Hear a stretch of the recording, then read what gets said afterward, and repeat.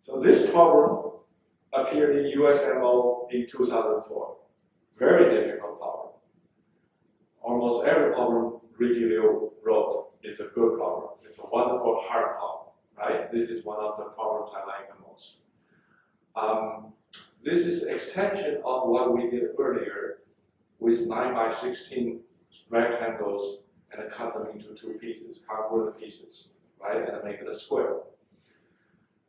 This problem is too hard to put it into one video. So now we are going to split them into a few videos, a few problems. So we do them a little bite by little bite.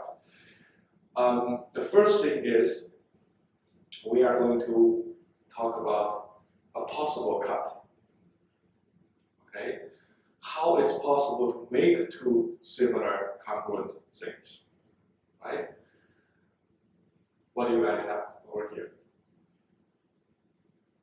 So we kind of talked about the staircase kind we have before, and it seems that if we make this one, make the vertical ones a little bit longer, like some ratio longer than the horizontal ones, we can like make this polygon similar to this polygon.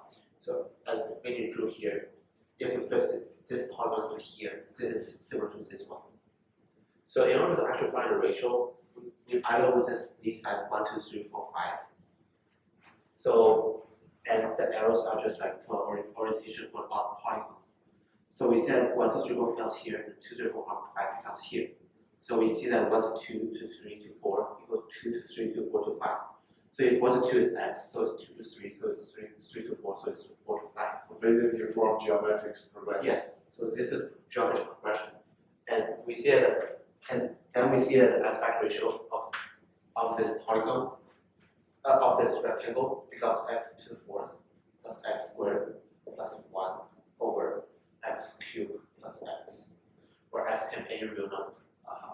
So first of all, let me go backtrack a little bit.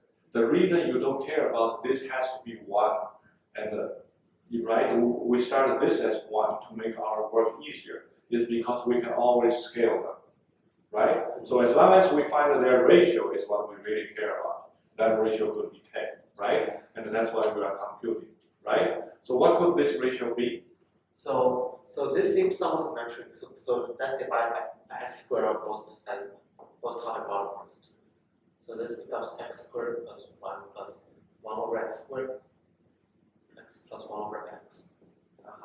And then we make a substitution of y equals x plus 1 over x. So x squared plus 1 over x squared becomes y squared minus 2. This you can verify very easily. So we plug this in, and we get this equals y squared minus 1 over y equals y minus 1 over y. As we see that this is a like ordinary increasing function as Right. y. Because y goes up, of course y goes up, right? Yeah. The 1 over y goes down, and then the negative of 1 over y goes up again. Yes. Right? However, there's a restraint on this because by AMGM this is square equal to 2, which means that this minimum is this thing is at least 2 minus 1 over 2, which equals 3 half. And it's achieved when x equals 1. So this basically gives us idea is, as long as this side ratio is what? More than what? 3 halves, I can do it like this. Yeah. Right? So this gives our audience a hint about how to cut them like this. Right? If you make one staircase, 3 halves is the best you can do. You cannot go below 3 halves anymore. Right? So, you know, our audience can try more because clearly it's possible maybe we can do what? More staircases. Then that might help. Right? So this goes to the next section. We ask our audience to prove what? Everything more than 1 is doable. By symmetry, if 1 by k for any k is greater than 1 is doable, then anything less than 1 should also doable, because that's 1 over k, right? And that's the same thing, right? So the next part, in the episode 6, we're going to talk about the next final version k equal to 1, a square is not doable.